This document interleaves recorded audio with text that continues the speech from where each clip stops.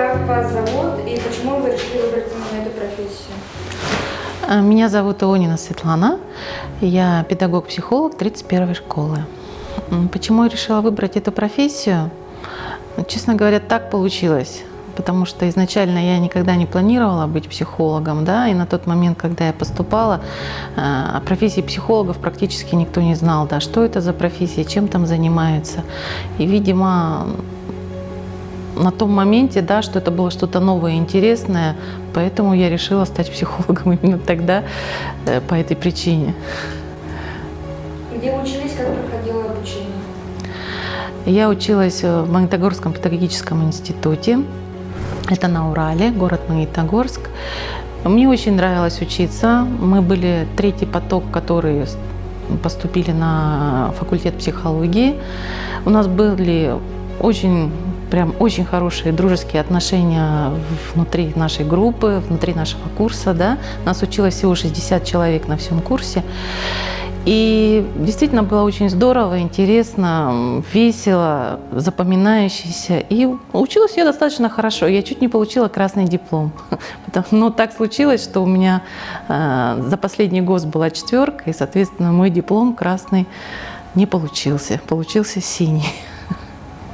Какими качествами должен обладать человек, идущий на психолога? Какими качествами должен обладать человек? Ну, на мой взгляд, наверное, это в первую очередь ему должно быть нравиться работать с людьми. Именно это важный фактор, потому что когда мне нравится работать с людьми, да, у меня есть потребности что-то сделать для этого. Поэтому самое главное качество – это нравится работать с людьми и, наверное, толерантность. То есть независимо, какой человек к тебе пришел, да, он все равно является в любом случае человеком, у которого возникли какие-то трудности. Различия между психологом и психотерапевтом? Различия между психологом и психотерапевтом. Ну, на самом деле, да, изначально корень психа, да, это с греческого душа, то есть каждый из этих специалистов занимается душевными расстройствами, и психолог, и психотерапевт.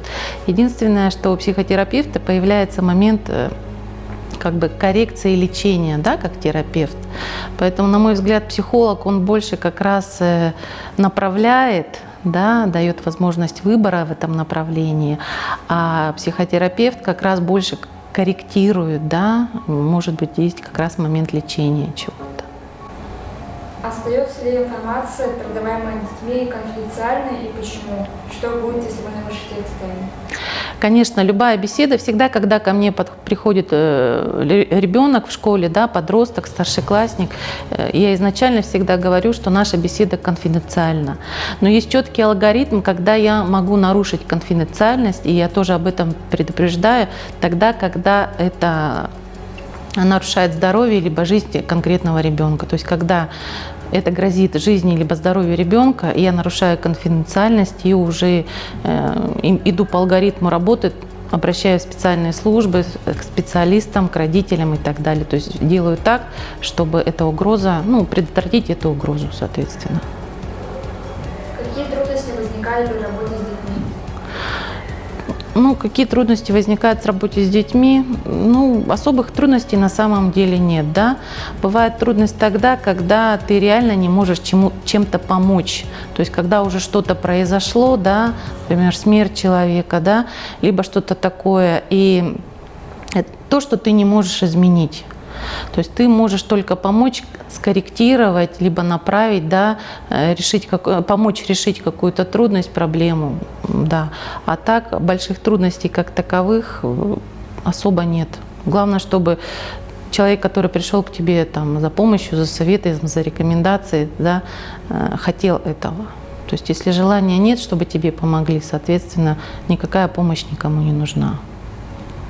Как отличить хорошего психолога от плохого? Хорошего психолога от плохого? На мой взгляд, психолог обязательно должен нравиться. То есть, если мне не нравится специалист, да, соответственно, я не хочу к нему ходить. Ну а хороший психолог это тогда, когда я пришел и получил результат, который работает в позитивном направлении, который дает конструктивное решение. Тогда, когда моя жизнь меняется именно в конструктивном плане для меня. Я считаю, что любой специалист – это направленность на конструктивный результат. Тогда ты хороший специалист, да. Чего не хватает в этом мире?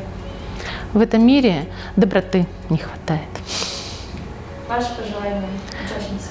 Мои пожелания учащимся – оставайтесь нормальными, веселыми, задорными учащимися. Те, которые любят жить, любят общаться между собой, любят дружить, любят выходить на улицу и играть, любят влюбляться, иногда, может быть, ссориться, но потом опять мириться. То есть мои пожелания о том, что живите полной жизнью, чувствуйте ее. И если возникают какие-то трудности и сомнения, всегда есть психологи, которые могут в этом помочь.